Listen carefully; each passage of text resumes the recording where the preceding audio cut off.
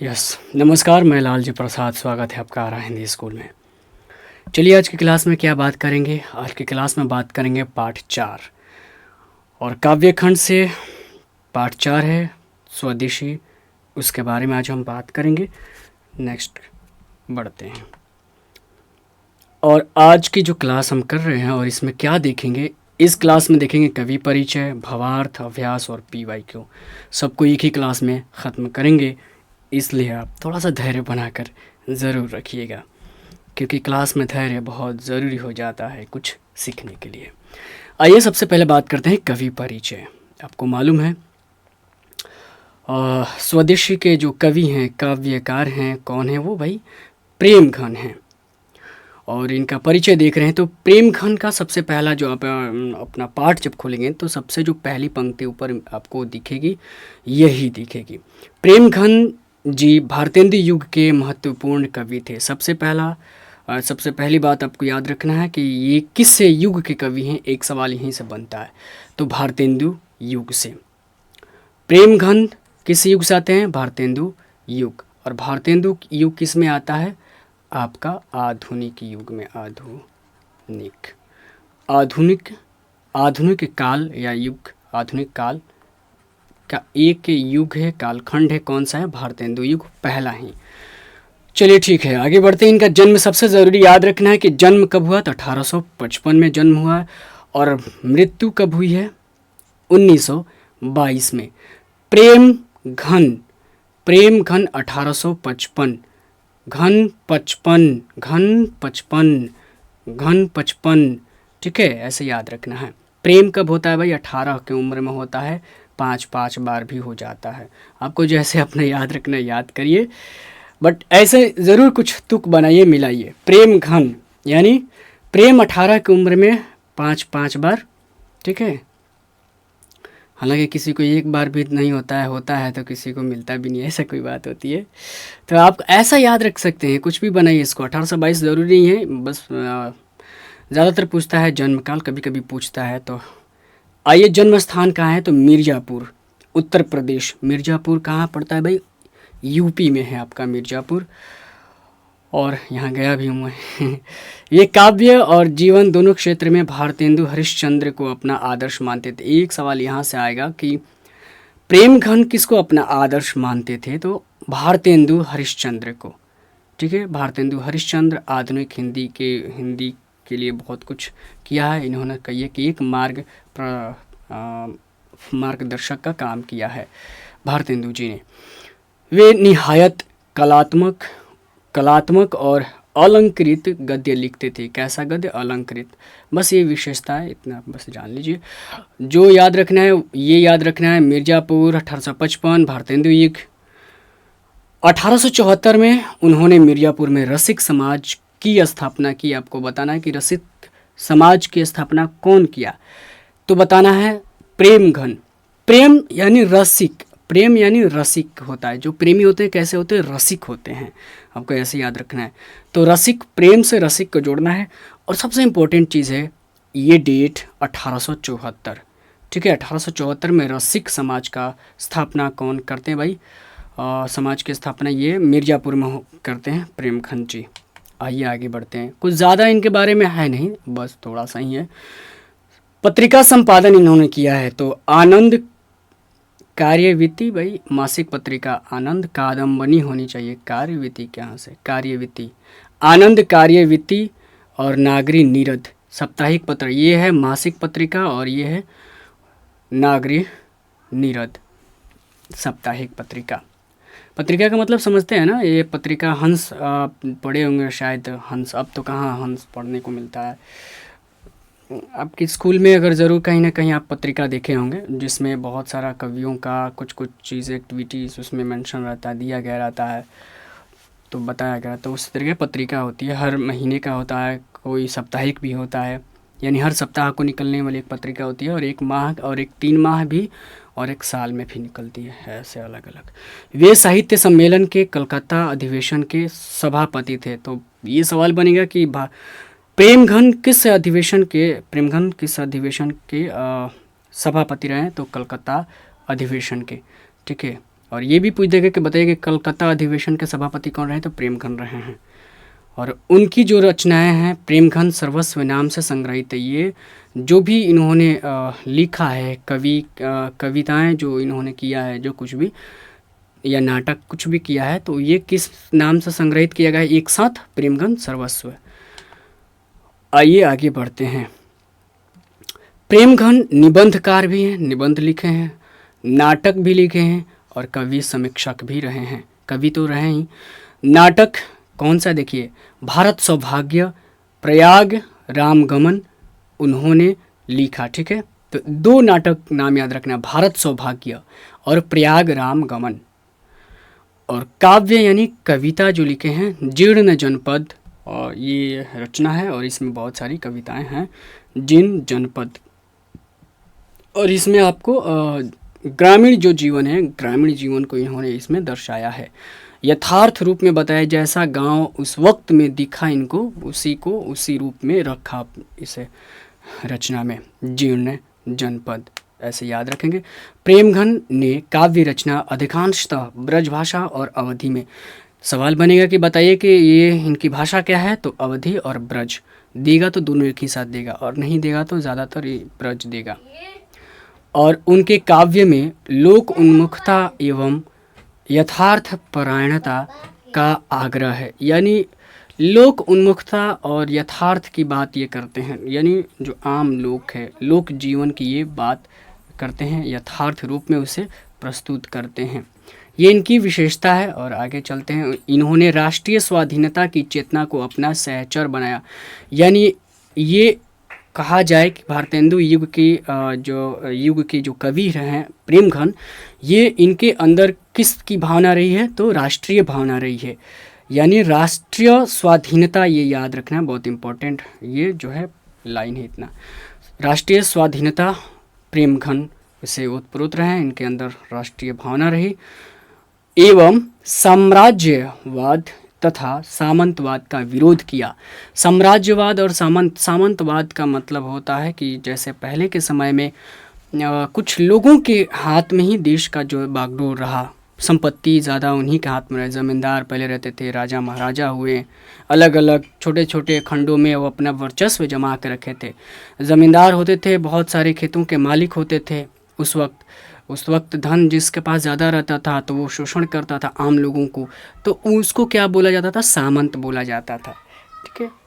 और वही शोषणवादी दृष्टि रखने वाले को ही सामंतवाद बोलते हैं, सामंतवादी कहते हैं। आइए बात करते हैं आगे।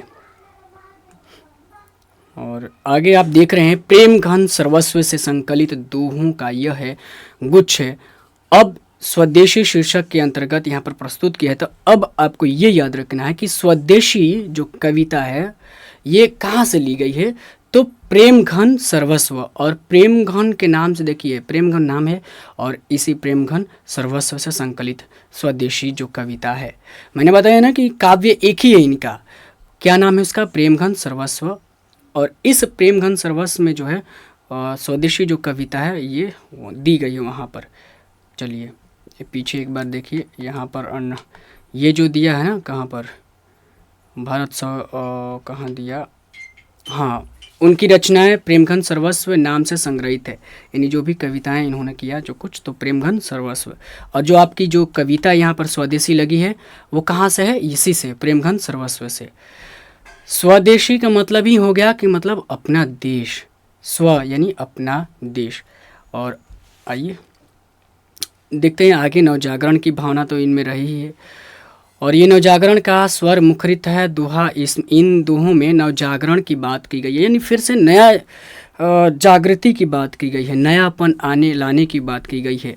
उस वक्त में ना अंग्रेजी राज था, जब ये थे तो क्या राज था, कौन राज कर रहे थे लोग, अंग्रेज लोग उस वक्त राज कर रहे थे। ये कब की बात है, आपका 1850 के लगभग की बात है, 1850 और आगे तक की बात है। तो उसी वक्त ये कविता लिखी गई है। और आपको बता देते हैं कि कवि की चिंता और उसकी स्वर भंगिमा आज कहीं अधिक प्रासंगिक है। ध्यान देने की बात है, जो स्वदेशी कविता लगी है, इसको पढ़ेंगे तो लगेगा कि अरे ये मतलब 1800 यानी 19वीं शताब्दी में लिखी गई ये कविता और आज 21वीं शताब्दी में कितना ये प्रासंगिक सिद्ध होती है, ये देखने लायक होगा। आइए आगे देखते हैं, क्योंकि उस वक्त तो बहुत कम था ना, अब तो और ज़्यादा हो गया है। यहाँ पर अब देखेंगे हम भावार्थ देखेंगे, यानी स्वदेशी जो कविता है इसका जो भावार्थ है उस पर ध्यान देंगे। और आइए, सबे विदेशी वस्तु नर गति रति रीत लखात, भारतीयता कछु न अब भारत में दर्शात। ध्यान दीजिए, ये जो कविता लिखे हैं ना, तो चूँकि ये ब्रज और अवधि में लिखे हैं, तो इस वक्त लिखते लिखते उस वक्त तत्कालिक रूप में जो खड़ी बोली हिंदी का भी जो है प्रचलन बहुत ज़्यादा था। तो उस कारण से क्या हुआ कि इनकी जो कविताएं हैं उसमें हिंदी का जो है अंशपुट मिलेगा, खड़ी हिंदी की। आइए, तो यही आप इसको पढ़ के ना खुद समझ सकते हैं, इसमें ज़्यादा दिमाग लगाने की बात नहीं है। आपको खुद ये एक ऐसी कविता है कि जिसका भावार्थ आप स्व कर सकते हैं। आइए, सब विदेशी मतलब समझ गए, सब कुछ विदेशी वस्तु, यानी वस्तु है हमारे आसपास जो कुछ भी है विदेशी है। जो मोबाइल चला रहे हैं विदेशी चला रहे हैं, यानी कोई भी विदेशी है ना भाई, सब कुछ विदेशी हैं। आदमी जो है विदेशी हो गए। गति यानी जो स्वभाव है, रीति, सब आइए हम लिखित रूप में पढ़ते हैं। कवि प्रेमघन कहते हैं, ये घन है ठीक है, प्रेमघन कहते हैं कि पराधीनता के कारण सब और विदेशी वस्तुएं ही दिखाई पड़ती हैं। लोगों का स्वभाव यानी गति का मतलब स्वभाव, आपसी लगाव, रति मतलब लगाव, और रीति मतलब ये जो एक परंपरा है, पद्धति है, परंपरा, सब विदेशी हो गया है। लखात मतलब दिखता है, प्रतीत होता है। क्या? सब विदेशी, ठीक है, यानी सब विदेशी हो गया है। दुख है कि भारत के लोगों में ही भारतीयता की भावना नहीं है। भारतीयता कुछ न अब किसमें भाई? भारत में दर्शात, यानी भारत में दर्शात मतलब दर्शित होना, यानी प्रदर्शित होना, दिखना। भारत में ही अब भारतीयता नहीं दिखता है। जिधर देखो लगता है कि विदेशी ही सब कुछ है। तो यही बात कह रही है कि दुख की बात है। आप इसको अपने शब्दों में जोड़ जाड़ कर बना सकते हैं, बस मूल भाव यही रखना है। समझ गए कि भावना नहीं है, देश प्रेम की जो भावना है वो कहीं भी दिखाई नहीं देती है। आइए आगे बात करते हैं। मनुज भारती देखी कोई सकल नहीं पहचान, मुसलमान हिंदू किधी के हैं ये क्रिस्तान, पछी विद्या परदेश की बुद्धि विदेशी पाए, आल अलग पड़ोस की गई इन्हें अति भाए। ध्यान देने की बात है कि ये कर क्या रहे हैं, थोड़ी सी गर्मी बहुत ज़्यादा है, चलिए कोई नहीं। तो देखिए आप क्या कहा जा रहा है यहाँ पर, मनुज भारती देखी कोई शकल नहीं पहचानी। अगर भारतीय मनुष्य को अगर उनकी शकल को देखेंगे, शक्ल देखेंगे, तो ये पहचान नहीं पाएंगे कि ये भारतीय हैं कि विदेशी हैं। भाई जो पहनावा है, सब कुछ देख रहे हैं ना, सब कुछ तो बदल गया है। जीन्स हमारा तो कल्चर रहा नहीं, जीन्स जो हम पहनते हैं, ठीक है। तो वही बात कही है। देखिए कवि कहता है कि, या कवि कहते हैं कि भारत में किसी मनुष्य की शक्ल देखकर कोई नहीं पहचान सकता कि कौन मुसलमान है, कौन भारतीय है, फिर कौन क्रिश्चियन है। यानी क्रिश्चियन, अंग्रेज लोग किस चीज़ को, किस देवता को, किस धर्म को पूजते थे, तो इस ईसा मसीह को पूजते थे, और वो क्रिश्चियन उनका जो है धर्म है, क्रिश्चियन। जैसे हम लोग वो क्या है, क्रिश्चियन, यानी अंग्रेज ही क्रिश्चियन है, या इतना समझिए। विदेशी भाषा यानी अंग्रेजी, पक्षी विद्या परदेश की, यानी जो विदेशी भाषा है, परदेश की जो भाषा है उसको क्या है, विदेशी भाषा यानी अंग्रेजी पढ़ने के कारण उनकी मति भी, बुद्धि यानी मति मतलब बुद्धि कहिए, मति कहिए, मति भी विदेशी हो गई है। विदेशी पाए मतलब हो जाना, ठीक है। सबने अपनी संस्कृति भाषा का त्याग कर विदेशी चाल चलन अपना लिया है। अब क्या कर रहा है कि आल अलग पड़ोस की गई इन्हें अति भाए। अलग अलग जो पड़ोसी हैं, अंग्रेजी हैं, ये सब लोग हैं, इनका जो चाल चलन है, रहन सहन है, पहनावा ओढ़ावा है, ये सब कुछ क्या हो गया है, अपना लिए गए हैं। अति भाई के मतलब जो हम भारतीय हैं, हम सभी को बहुत ज़्यादा भा गया है। अब हम धोती कुर्ता में रहना पसंद नहीं करते हैं, और क्या होता है भाई, हमें शर्म आती है इन चीज़ों से। कवि का कुल मिलाकर यही है कि विदेशी रंग में, ये काट दीजिए, विदेशी रंग में रंगने के कारण भारतीयों की अपनी पहचान भी नष्ट हो गई है। सब मिलाकर यही बात है। आगे बढ़ते हैं। समझ में आ रहा है ना क्या चीज़ हो रहा है? कोई है, कुछ ज़्यादा है नहीं इसमें। उटे विदेशी ठाठ सब, बन्यो देश विदेश, सपने हूँ जिनमें न कहूँ भारतीय तालेस। बोली सकत हिंदी नहीं, अब मिली हिंदू लोग, अंग्रेजी भाखन करत। भाषण मतलब भाषण करते हैं, जहाँ भी चलते हैं तो भाषण किस में देते हैं भाई? बातचीत। भाषण का मतलब बातचीत, भाषण के मतलब माइक सब देना नहीं। बातचीत जहाँ भी करते हैं तो अंग्रेजी करते हैं। और अंग्रेजी उपभोग, अंग्रेजी का ही भोग भी करते हैं। जहाँ जाते हैं उपभोग मतलब पहनना ओढ़ना बैठावा सब कुछ अब अंग्रेजी ही करते हैं। खाना भी अंग्रेजी खाते हैं।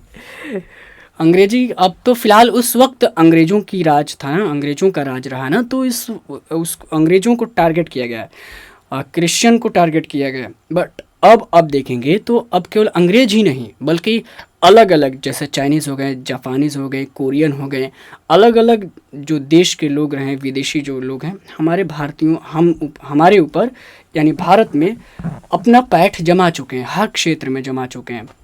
बस रह गई है थोड़ी सी जो हमारी जो संस्कृति है, बहुत सारी संस्थाएं हैं जो उसको ज़िंदा रखी हुई हैं। नहीं तो बहुत सारे जो लोग हैं शहर में जो ज़्यादातर हैं वो क्या है, ज़्यादातर अब अपनी ही चीज़ों से वो अब थोड़ा सा शर्म या घृणा या संकोच करने लगे हैं। कुल मिलाकर इसका जो केंद्रीय भाव इस कविता का है यही है जो अभी मैंने बोला। अब आगे देखते हैं। तो कवि कहते हैं कि भारतीयों के सारे संस्कार विदेशी हो गए, ऊँटे विदेशी ठाठ सब, विदेशी ठाठ सब यानी जो कुछ भी है ना, हमारा जो उठना बैठना पहनना सब कुछ बन्यो देश, जो हमारा देश है अब सब कुछ क्या है, विदेशी हो गया है, बन गया है। तो वही कहा जा रहा है कि स्वदेशी यानी अपना जो देश है, जो देशी भाव है, वो अब विदेशी हो गया है। कहीं भी भारतीयता के लक्षण दिखाई नहीं पड़ते हैं। सपने हूँ जिनमें न कहूँ, सपने में भी देखें अगर तो ऐसा कहीं प्रतीत नहीं होता है कि भाई भारतीयता कहाँ है। लेस मतलब बिल्कुल, लेस मात्र बोला जाता है ना, मतलब बिल्कुल थोड़ा सा भी, ज़रा सा भी ना भारतीयता नहीं दिखता है। अगर हम देखें तो सपने में भी नहीं। तो यहाँ पर सपना तो मैं नहीं लिखा है, बस यहाँ लिखा गया कि लक्षण ज़रा से भी नहीं दिखाई पड़ता है कहीं भी भारतीयता का। आप जोड़ सकते हैं कि सपने में भी अगर देखें तो भारतीयता ज़रा से भी नहीं दिखता है। अब हिंदू लोग मिलने पर आपस में, यानी हम भारतीय आपस में जब मिलते हैं एक दूसरे से, तो हिंदी भाषा में बात नहीं करते हैं। बोली सकत हिंदी नहीं, अब मिली हिंदू लोग, मतलब जब भी कोई हम लोग एक दूसरे से मिलते हैं तो आपस में हिंदी में बात नहीं, ज़्यादातर इंग्लिश में ही बात करते हैं। और आज मैं बता दूं, अपने कॉलेज में गया था मैं, तो ज़्यादातर लोगों ने क्या किया, इंग्लिश में ही इंट्रोडक्शन दिया। ज़्यादातर जो भी छात्र रहे मेरे सहपाठी, सब इंग्लिश में ही इंट्रोडक्शन दिया और मैं हिंदी में दिया, एक का कुछ लोग हिंदी में दिए। कोशिश सबकी रही कि इंग्लिश में ही सबने दिया है। तो क्या हो, ये इसको क्या बोलेंगे, यानी आप अपने हिंदी से अब उतना प्यार नहीं कर रहे हैं, यानी अपने आप को ज़्यादा ऊंचा दिखाने के लिए आप हिंदी के जगह इंग्लिश इस्तेमाल कर रहे हैं। वही हो गई घर की मुर्गी दाल बरोबर, यानी अपनी जो चीज़ें हैं वो ज़्यादातर अच्छी नहीं लगती हैं। अपने घर के लोग अच्छे नहीं लगते हैं, बाहर वाले बहुत अच्छे लगते हैं, होता है ना ऐसा, वही बात है। सभी अंग्रेजी में व्यवहार करते हैं। कवि का कहने का तात्पर्य है कि लोग अपने को श्रेष्ठ सिद्ध करने के लिए, यानी अपने आप को बड़ा दिखाने के लिए हिंदी की अपेक्षा अंग्रेजी बोलना ज़्यादा पसंद करते हैं। यहाँ तक समझ गए आप? अब आइए आगे देखते हैं। अंग्रेजी वाहन, बसन, वेश, रीति और नीति, अंग्रेजी रुचि, गृह, सकल, वस्तु, देश, विपरीत, हिंदुस्तानी नाम सुनी, अब ये सकुची लजात, भारतीय सब वस्तु ही सु ये हाय घिनात। ध्यान देने की बात है कि अंग्रेजी वाहन जो गाड़ियां हैं वो ज़्यादातर अंग्रेजी हो गई हैं।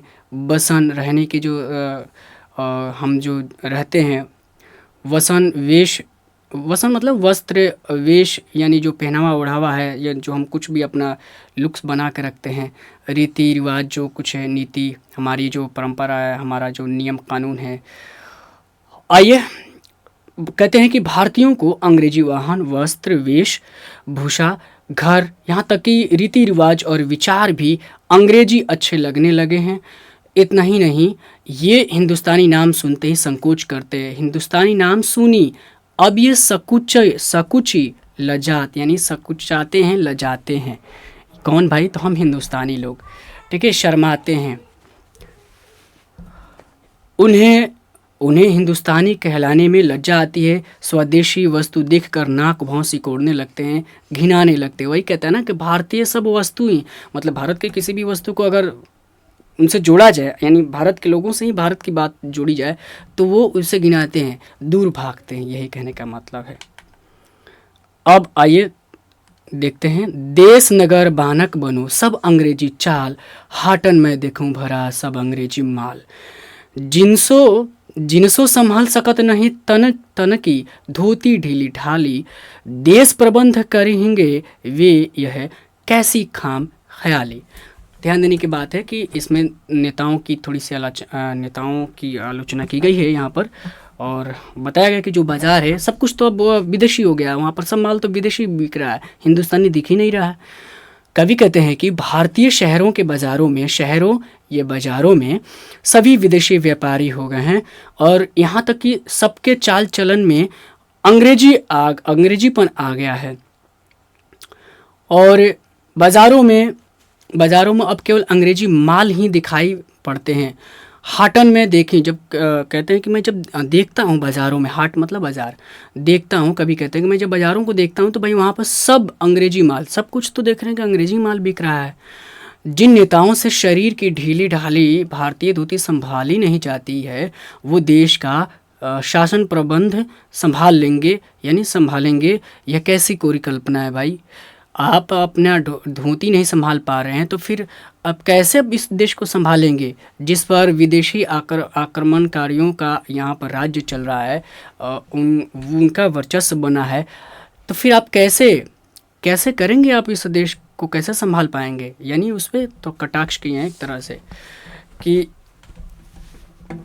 अपना तो ये जो पहनावा है इसको तो संभाल नहीं रहे हैं, इसको तो ओढ़ ढाल नहीं रहे हैं ढंग से, इसको अपना बना नहीं रहे हैं। प्रचार करने का जगह आप विदेशी चीज़ों का प्रचार कर रहे हैं, बाज़ार में उसी चीज़ों का बढ़ावा दे रहे हैं, अपने वस्त्रों को बढ़ावा नहीं दे रहे हैं। इस पर काम नहीं कर रहे हैं कि नहीं अपनी चीज़ों का इस्तेमाल करें, ज़्यादा से ज़्यादा चीज़ आप बाहर से चीज़ों को मंगा रहे हैं। तो कभी यही कह रहा है। आइए, दास वृत्ति की चाह चहूँ, दिसी चारहूँ बरन बढ़ाली, करल खुशामद झूठ प्रशंसा, मानहु बने डफाली। डफाली यानी डफली होता है बजाने वाला, वो बात कहा जा रहा है। तो कभी कहते हैं कि गुलामी करके जीवन यापन करने की प्रवृत्ति चारों वर्णों, यानी 4 वर्ण उस वक्त बहुत फेमस रहा है और अभी भी वही, हालांकि अब तो कम हो गया, लेकिन उसका प्रभाव अभी बहुत ज़्यादा है हमारे भी समाज में, अभी भी है। तो वही 4 वर्णों की बात कही है कि ये जो वर्ण है चाटुकारिता जो बोलते हैं ना दूसरों की, वो कर रहे हैं हम। इसके खिलाफ जाने के बजाय, हम अपनी चीज़ों को अपनाने के बजाय हम दूसरों यानी जो विदेशी यानी अंग्रेज़ी हैं उनकी तारीफ़ कर रहे हैं, उनकी चीज़ों को अपना रहे हैं। तो यही बात की रही है। ये किसी एक जात, इस वर्ण यहाँ पर वर्ण दिया है, वर्ण का मतलब जात, वर्ण जात, उसकी बात की जा रही है। तो कोई भी जात हो, ये किसी एक खास की जात की बात नहीं कर रहे हैं कवि। और अंग्रेजी खुशामद करने वाले और उनकी झूठी प्रशंसा करने वाले इन भारतीयों की स्थिति मानो डफरी जैसी बजाने वालों के समान हो गई है। तात्पर्य यह है कि भारतीय व्यक्ति विहीनता के कारण, भारतीय व्यक्तित्व विहीनता के कारण, यानी जो अपनापन भारतीयपन है, उसका जो व्यक्तित्व हमारे अंदर है, यानी देशी भावना जो है, अगर वो नहीं रहे, यानी विहीन हो जाए हम विहीन होने के कारण, देशी भावना विहीन होने के कारण, यानी विदेशी सत्ता की चाटुकारिता करने लगे हैं। एक तो विहीन हो गए हैं, फिर हम अंग्रेज़ों की चाटुकारिता करने लगे हैं। यही है यहाँ तक कि भावार्थ समझ गए होंगे। अब देखेंगे हम अभ्यास और उसका उत्तर। चलिए आइए देखते हैं आज का क्या है। इस पाठ में कौन कौन से, देखिए सबसे पहले मैं बता दूं कि 3 से 4 नंबर के जो ऑब्जेक्टिव प्रश्न आ रहे हैं इससे, ठीक है, 3 से 4 नंबर, ज़्यादातर 3 ही नंबर के मान के चलिए, और 2 नंबर के लघुत्तरीय, यानी टोटल 5 से 6 प्रश्न बन रहे हैं। 5 से 6 नंबर के प्रश्न इस चैप्टर से आ रहा है, तो आपको ध्यान रखना है। और लघु उत्तरीय ही प्रश्न पूछ रहा है ज़्यादातर। एक बार पूछा है 5 नंबर का, तो उस पर ज़्यादा ध्यान नहीं देंगे, इसलिए मैं उसको हटा दिया हूँ। ज़्यादातर 2 नंबर का पूछ रहा है, तो इसीलिए लघु उत्तरीय प्रश्न का हम यहाँ पर उत्तर देखेंगे। कविता के शीर्षक में सार्थकता, कविता के शीर्षक की सार्थकता स्पष्ट करनी है, बताना कि कैसे सार्थक है, यानी सही अर्थ इसका यहाँ पर दिया गया। बताइए कैसे भाई। तो प्रस्तुत कविता का जो शीर्षक स्वदेशी है, स्वदेशी शीर्षक है, एकदम सार्थक है, क्योंकि इस कविता में स्वदेशी लोगों को स्वदेशी वस्तुओं की से नफरत, मानो नफरत हो गई है। अपने देश का नाम सुनकर उन्हें लज्जा आती है। कविता में भारतीयों को स्वदेशी से विदेशी होना दर्शाया दिखाया गया, इसलिए इस कविता का स्वदेशी शीर्षक सही है, माना गया, इसे सार्थक है। कुल मिलाकर वही चीज़ है कि जो लोग हैं अब स्वदेशी ना होकर विदेशी हो चले हैं, उनको अपनी चीज़ें अच्छी नहीं लग रही बल्कि विदेशी चीज़ें अच्छी लग रही हैं, जिस कारण से ये जो कविता है उसका जो शीर्षक है बिल्कुल सार्थक साबित होता है। इतना आपको जवाब खुद से लिखना है। आप इसका जवाब खुद से कर सकते हैं, अपने से बनाइएगा, मज़ा उसका है मेरे प्यारे भाई बहनों। देखो, कवि अपने देश के बुद्धिजीवियों और श्रेष्ठ लोगों को अंग्रेज़ों की नकल करते देखता है। उसे अपने चारों और चारों ओर, ये ओर है, ठीक है, चारों ओर अंग्रेजी ढंग के कपड़े, ठीक है, कपड़े है ये, अंग्रेज ढंग के कपड़े, रहन सहन और चाल चलन दिखाई देता है, इसलिए कवि को भारत में भी भारतीयता दिखाई नहीं पड़ती है। कुल मिलाकर यही बात है कि हम लोग अंग्रेज़ों का इतना नकल कर लिया है कि कभी इस चीज़ को जब देखता है तो उसे लगता है कि नहीं, अब कहाँ भारतीय कहाँ है, सब तो विदेशी चीज़ें, अंग्रेजियत आ गई है। यही बात है। अब आइए 3 नंबर सवाल का जवाब ढूंढते हैं। कवि समाज के किस वर्ग की आलोचना करता है? अब बताना समाज के किस वर्ग। तो हमने देखा वर्ण है, वर्ण की बात की गई है, और कौन सा वर्ण, जो उस वर्ण यानी वो लोग जो अंग्रेजियत की चाटुकारिता करते हैं, अंग्रेजों की चाटुकारिता करते हैं, अंग्रेजियत अपना लिए हैं। कवि का मानना है कि भारत के लोग अंग्रेजी रहन सहन, विदेशी ठाट बाट और विदेशी बोलचाल को अपना लिया है, यानी उसका विकास, उसी में अपना वो विकास मानते हैं। अपने देश का नाम लेते ही उनको संकोच आती है, शर्म आती है, हिंदुस्तानी कहलाने में वो संकोचाते हैं, और अपनी मूल संस्कृति को भूलकर पाश्चात्य संस्कृति को अपनाना वो गौरव की बात समझते हैं। और इसी ये जो चीज़ जो लोग करते हैं उन्हीं का ये आलोचना करते हैं, यानी जो गौरवान्वित महसूस करने वाले जो वर्ग है, कवि उन्हीं की आलोचना करते हैं, क्योंकि यह सब देश हित के लिए ठीक नहीं है, घातक है। समझ गए यहाँ तक? अब आगे आइए। कवि नगर, बाजार और अर्थव्यवस्था पर क्या टिप्पणी करता है, बताना है। कवि नगर यानी शहर, वहाँ की जो बाजार है, अर्थव्यवस्था, जो हमारी अर्थव्यवस्था, उस पर क्या प्रभाव पड़ता है देखना है। भारत के नगर और बाजार अंग्रेजी माल से भरे पड़े हैं, ये आपको मालूम ही है।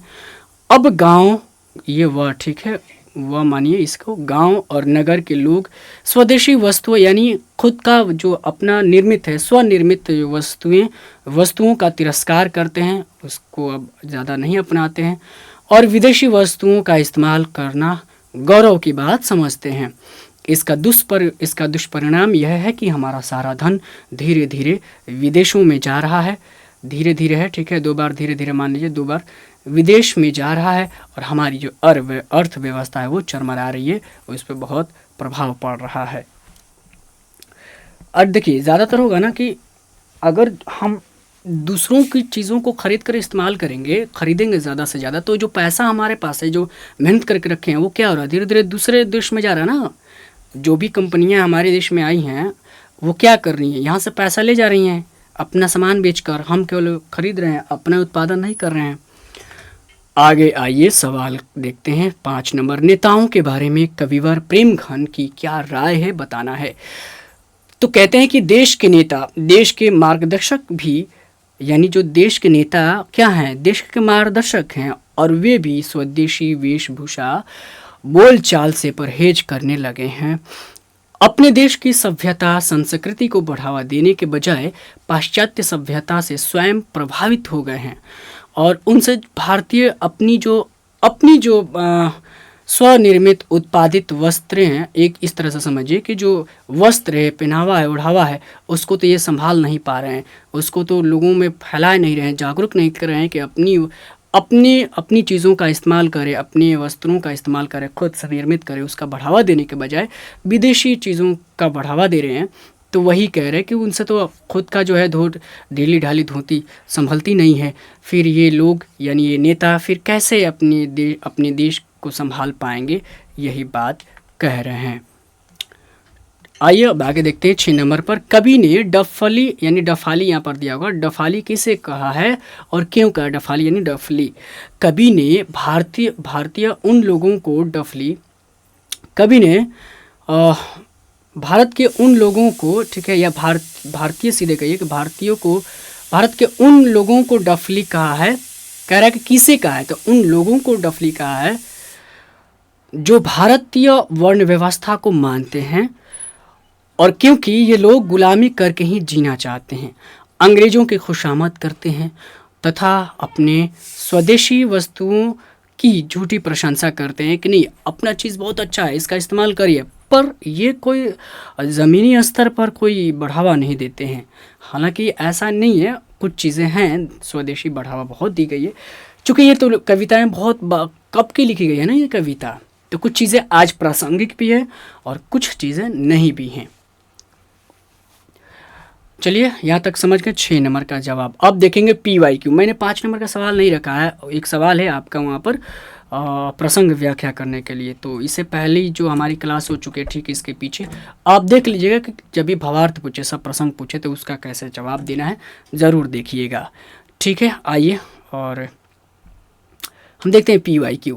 कुछ ही PYQ देखेंगे, यानी पहले जो इस पार्ट से जो भी सवाल बन चुके हैं उनको देखेंगे और बहुत थोड़ा देखेंगे, बाकी बाद में देखेंगे जब रिवीजन करेंगे। परदेश की विद्या पढ़ने का क्या परिणाम हुआ? सबकी बुद्धि भारतीय हो गई, यानी परदेश मतलब बाहरी जो विद्या, विदेशी जो विद्या ग्रहण करते हैं उसका क्या असर पड़ता है। तो सबकी बुद्धि विदेशी हो गई और सबकी बुद्धि आध्यात्मिक हो गई। उपयुक्त सभी नहीं होगा, भारतीय तो होगा ही नहीं और आध्यात्मिक बिल्कुल नहीं। आंसर आपका बी हो जाएगा। और ये बहुत आसान चैप्टर है, पाठ है, कविता है। प्रेमघन अपना आदर्श किसे मानते थे? तो आपको मालूम है कि ये किस युग के कवि हैं? प्रेमघन भारतेंदु युग के, यानी भारतेंदु के नाम पे ही पड़ा है भारतेंदु युग। तो इससे भी पकड़ लेना है कि भारतेंदु के जो हैं भारतेंदु को ये अपना आदर्श मानते थे। आंसर डी हो जाएगा। अब देखते हैं सवाल नंबर 3। स्वदेशी पाठ के अनुसार अब हिंदू लोग मिलने पर आपस में किस भाषा में बात करते हैं? अंग्रेजी, बंगला, हिंदी, तमिल। बंगला और तमिल की बात तो हुई नहीं है। तो आपको मालूम है कि ये जो है स्वदेशी में किसकी बात की है? अंग्रेज़ों की बात की गई है, यानी अंग्रेजियत की बात की गई है। तो आपका आंसर ए हो जाएगा कि लोग अब आपस में मिलने के बाद ज़्यादातर हाय, हेलो, कैसे हो, हाउ आर यू, ऐसे बोलते हैं, या आई एम फाइन, टाडा, ऐसे बोलते हैं। तो यही चीज़ें हैं।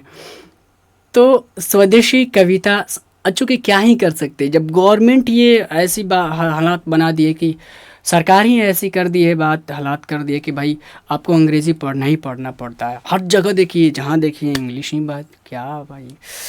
तो ये थोड़ी सी दुख की बात है थोड़ा बहुत कि ऐसा नहीं होना चाहिए थे, लेकिन क्या कर सकते हैं। ग्राम्या से इंदु, आपको बताना है कि जो कविता है स्वदेशी कहाँ संकलित है। तो आपको मालूम है कहाँ से संकलित है और उनका नाम ही लगा हुआ है उस चीज़ में। देखिए रसखान नहीं, प्रेमघन नाम लगा है, तो डी आंसर हो जाएगा आपका। ठीक है, प्रेमघन सर्वस्व, ये जो है संकलन इसी में है।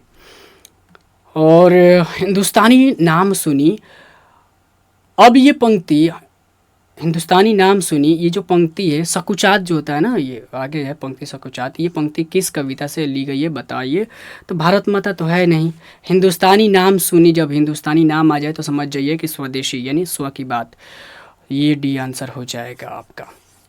नेक्स्ट प्रश्न देखते हैं और इसमें देखेंगे कवि प्रेमघन के अनुसार कौन सी विद्या पढ़कर लोगों की बुद्धि विदेशी हो गई है। देखिए सवाल यही है, पीछे भी पढ़ चुके, बस घुमा दिया है। परदेसी भाई, छल अच्छा इसमें कुछ और दिया है, विदेशी परदेसी, ठीक है, बात वही चीज़ है, विदेशी का ही है, परदेसी का ही है। परदेशी परदेशी परदेसी, देसी होता है कि देशी होता है। छल विद्या, कपट विद्या, ये दोनों होगा नहीं। विदेशी विद्या जो है यही जो है कभी बात करना चाह रहा है। और स्वदेशी शीर्षक पाठ के रचनाकार कौन है? तो स्वदेशी शीर्षक पाठ के यानी स्वदेशी कविता की रचनाकार कौन है? तो जान गए आप कौन है भाई, प्रेमघन है, डी आंसर हो जाएगा, बाकी इसमें कोई है नहीं। स्व यानी प्रेम से अपने देश की बात जो करता है वो प्रेमघन करते हैं। जीर्ण जनपद किस कवि की रचना है? तो जीर्ण जनपद घनानंद नहीं, रसखान अनामिका, हाँ ए आंसर आपका हो जाएगा, बद्री नारायण। ये पूरा नाम इनका ये है, इतना प्रेमघन शॉर्ट नाम है इनका। आइए अब देखते हैं 9 नंबर। भारत सौभाग्य की इनका प्रसिद्ध नाटक है, भारत सौभाग्य। यानी प्रेमघन भारत की बात की है, भारतीयता की बात की है, अंग्रेजियत की बात की है स्वदेश में, उसी से पकड़ लेना है। जब भी भारत आ जाए तो कौन? Premghan, my dear Premghan. B answer is correct. मैं भी इंग्लिश में बोल रहा। तो प्रेमघन, नेक्स्ट प्रश्न जो है, प्रेमघन किस युग के प्रमुख कवि हैं? बताना है। देखिए अभी किस युग के, तो आप जानते हैं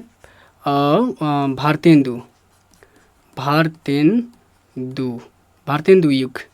और ऑप्शन में देखिए कहीं दिया है क्या? प्रयोग, प्रपद्य, भारतेंदु, सी आंसर।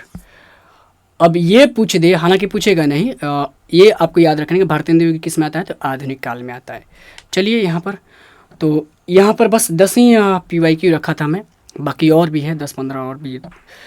कुल मिलाकर बताइए कि क्लास आपको कैसी लगी, और उम्मीद है कि आप कुछ समझ पाए होंगे, इसका भावार्थ थोड़ा बहुत भी समझ पाए होंगे। तब तक ले दीजिए इजाज़त, लाइक सब्सक्राइब जो करना है प्यार दे दीजिए, है ना। फिर मिलते हैं नेक्स्ट क्लास में। थोड़ी सी हमारी जो क्लास है अल्टरनेट हो जा रही है, क्योंकि कॉलेज शुरू हो गई है मेरी, तो कॉलेज शुरू होने के कारण, चूँकि देखिए एक क्लास को करने में ना मेरे भाई 5 घंटा देना पड़ता है पहले। PPT ये जो कुछ बनाया ना, इसको बनाने में चला जाता है, और फिर 1 घंटा रिकॉर्ड, फिर 1 से 1.5 घंटा से 2 घंटा अपलोडिंग, मतलब समझ लो भाई कि कितना ही मेहनत करना पड़ता है तब जाके होता है। इस कारण सब, चूँकि क्लास जाने से समय नहीं मिल पा रहा है, तो अब लगातार जुड़े रहिए, यहाँ पर सारा कंटेंट दे दिया जाएगा आपको, निराश नहीं किया जाएगा। जय हिंद, जय भारत।